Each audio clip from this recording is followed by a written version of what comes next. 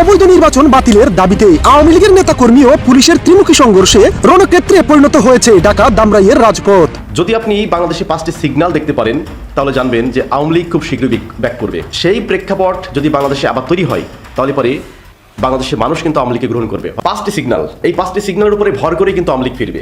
এখন তো প্রমাণিত হয়ে গেল শেখ হাসিনার কথাই সত্য ছিল, তার সেই কথাটা অক্ষরে অক্ষরে সত্য প্রমাণিত হলো। এই কথা কিন্তু হাসিনা দফায় দফায় সংসদের ভেতরে বাইরে তিনি কিন্তু বলেছেন। কালকে একটা ভয়ঙ্কর তথ্য ফাঁস করেছে। আগুন তো লাগিয়েছে Yunus. Yunus is the man who has created most of the problems that Bangladesh has with India today. আসসালামু আলাইকুম দর্শক, অবশেষে সকল জল্পনা কল্পনার অবসান ঘটিয়ে সত্য হলো শেখ হাসিনার সেই বলা কথাগুলো। দর্শক, কি বলেছিল শেখ হাসিনা, যা নিয়ে তোলপাড় শুরু হয়েছে। দেশের রাজনীতিতে হঠাৎ বড় মোড়, নির্বাচন নিয়ে নতুন ইঙ্গিত দিচ্ছে। দর্শক, তাহলে কি হতে যাচ্ছে? আগামী 5 দিনের মধ্যে কি নির্বাচন স্থগিত করার ঘোষণা আসছে? দর্শক, এ বিষয়ে বিস্তারিত জানতে পারবেন এই ভিডিওতে, তাই একটি লাইক করে দেখতে থাকুন সম্পূর্ণ ভিডিওটি।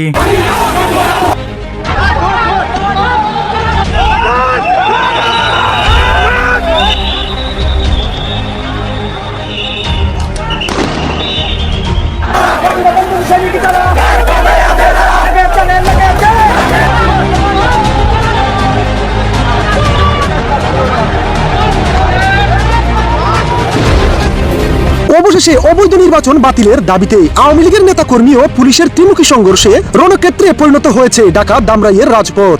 আওয়ামী লীগ ছাড়া নির্বাচন যতই এগিয়ে আসছে, মরিয়া হয়ে উঠতে শুরু করেছে আওয়ামী লীগ ও ছাত্রলীগ।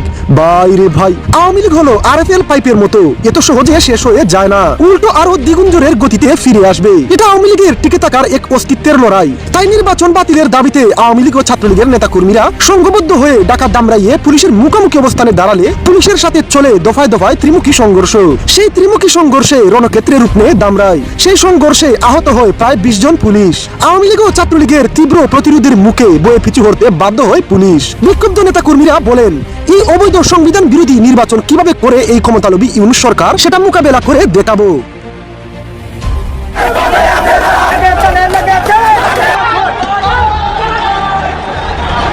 বাংলাদেশে নানা রকম মানুষ নানা রকম মত পোষণ করে। অনেকের প্রশ্ন যে ভাই, আওয়ামী লীগ কি কখনো ফিরবে, আর ফিরলেও কতটা সময় লাগতে পারে? আওয়ামী লীগ কি কামব্যাক করবে, করলে পারে কিভাবে করবে? এই প্রশ্নের উত্তর আমি 5টি সিগন্যালের মাধ্যমে দেবো। একেবারে সহজ। যদি আপনি বাংলাদেশে 5টি সিগন্যাল দেখতে পারেন তাহলে জানবেন যে আওয়ামী লীগ খুব শীঘ্রই ব্যাক করবে। আর যদি এই 5টি সিগন্যাল আপনি দেখতে না পান তাহলে দেখবেন যে আওয়ামী লীগ ফেরার সম্ভাবনা ক্ষীণ। কোন 5টি সিগন্যাল? এটা বিশ্লেষণটা কিভাবে করলাম আমি বলি। 1996 সালে যখন আওয়ামী লীগ ক্ষমতায় আসে, কোন কোন প্রেক্ষাপটে মানুষ আওয়ামী লীগকে গ্রহণ করেছিল, মানে কি অভাব হয়েছিল মানুষের? এরপর 2008 সালের নির্বাচনে কেন আওয়ামী লীগকে মানুষ ভোট দিয়েছিল, মানে কোন প্রেক্ষাপটে? সেই প্রেক্ষাপট যদি বাংলাদেশে আবার তৈরি হয় তাহলে পরে বাংলাদেশের মানুষ কিন্তু আওয়ামী লীগকে গ্রহণ করবে, কিন্তু আওয়ামী লীগকে বিকল্প পলিটিক্যাল পার্টি হিসাবে কিন্তু গ্রহণ করবে।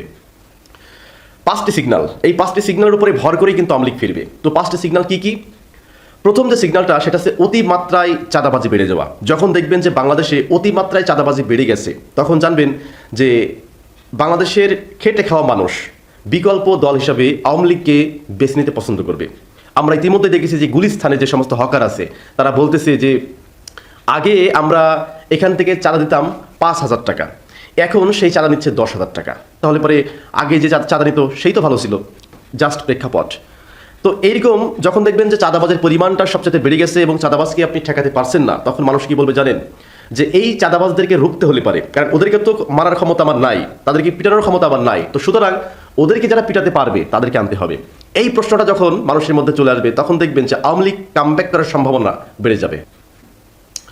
এরপর 2 নাম্বার যে সিগন্যালটা, যখন দেখবেন যে বাংলাদেশে নারীর প্রতি বিদ্বেষ বেড়ে গেছে, নারীর প্রতি বিদ্বেষ বেড়ে যাওয়া মানে এই ইস্যু ধরে আওয়ামী লীগ কিন্তু কামব্যাক করবে।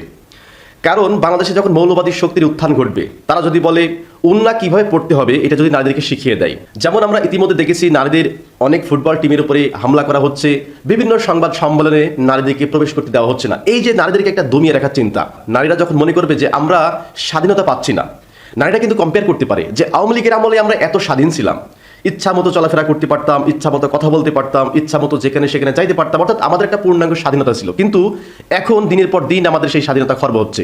এই দেশে কিন্তু নারীদের একটা হিউজ পরিমাণ ভোট ব্যাংক। এই ভোটটা তখন আওয়ামী লীগ ক্যাপচার করার চেষ্টা করবে।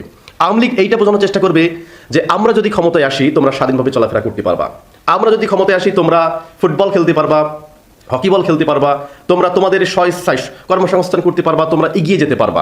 তোমাদের এগিয়ে যাওয়ার পথে যদি কেউ বাধা হয়ে দাঁড়ায়, তার ঠ্যাং আমরা ভেঙে দেবো। এবং আওয়ামী লীগের এই প্রতিশ্রুতি কিন্তু নারীরা বিশ্বাস করে, কারণ তারা আওয়ামী লীগের শাসনামল দেখেছে, তারা স্বাধীন ছিল।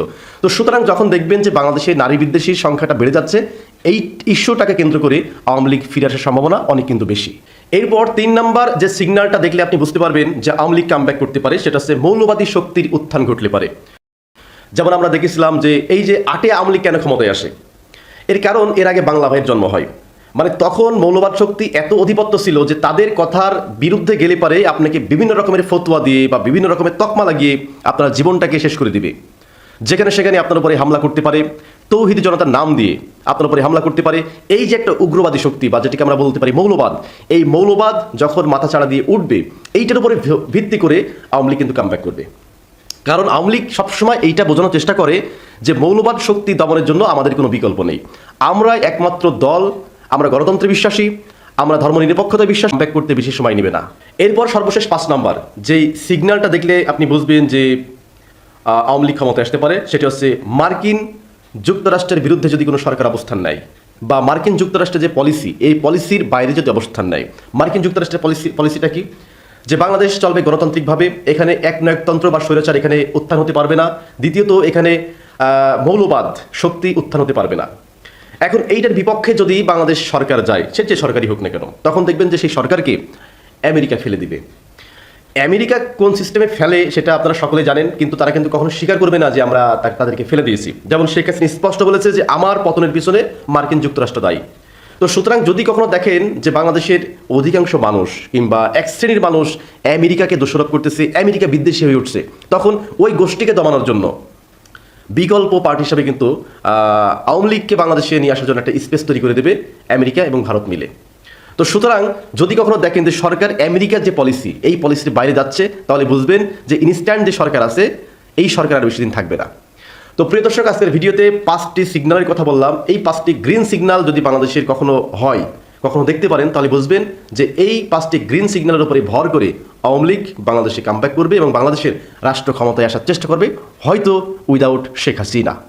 আমেরিকানসদের তখন বাইডেনের যে প্রোগ্রামটা ছিল বা ডিপ স্টেটের যে প্রোগ্রামটা ছিল, যে এখানে একটি কোয়ালিশন গভর্নমেন্ট করবেন তারা, একটি নতুন দল এবং আরেকটি দলকে নিয়ে এখানে একটি সরকার গঠন করা হবে। 5 ইয়ার্স লেটার যখন আবার ইলেকশন হবে 4-5 বছর পর, তখন যে নতুন দল আছে তাদেরকে ক্ষমতায় আনা হবে, বিকজ ওই দলটি হচ্ছে ওই deep state of the United states, তাদের দল।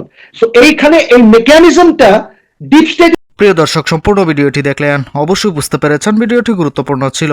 দর্শক, সাম্প্রতিক রাজনৈতিক ঘটনা প্রবাহে আবারও আলোচনা এসেছে শেখ হাসিনা। তার আগে দেওয়া বক্তব্যগুলোকে অনেকেই তখন গুরুত্ব দেয়নি, কিন্তু বর্তমান পরিস্থিতিতে সেই কথাগুলোর মিল খুঁজে পাচ্ছে রাজনৈতিক বিশ্লেষকরা। দর্শক, বিরোধীদের চাপ, আন্তর্জাতিক পর্যবেক্ষণ এবং রাজপথের উত্তেজনা সব মিলিয়ে নির্বাচন ঘিরে নতুন করে অনিশ্চয়তা তৈরি হয়েছে। দর্শক, এখন সবকিছু নির্ভর করছে আগামী কয়েকদিনের বৈঠক ও রাজনৈতিক সমালোচনার উপর। নির্বাচন হবে নাকি সময় পরিবর্তন? দর্শক, এ বিষয়ে আপনাদের কি মতামত তা অবশ্যই কমেন্টে জানাবেন এবং পরবর্তী আপডেট ভিডিও পেতে চ্যানেলটিকে এখনই সাবস্ক্রাইব করে রাখুন। এই মুহূর্তে বিদায় নিচ্ছি, দেখা হবে পরবর্তী কোনো ভিডিওতে। সে পর্যন্ত ভালো থাকুন, সুস্থ থাকুন। আসসালামু আলাইকুম।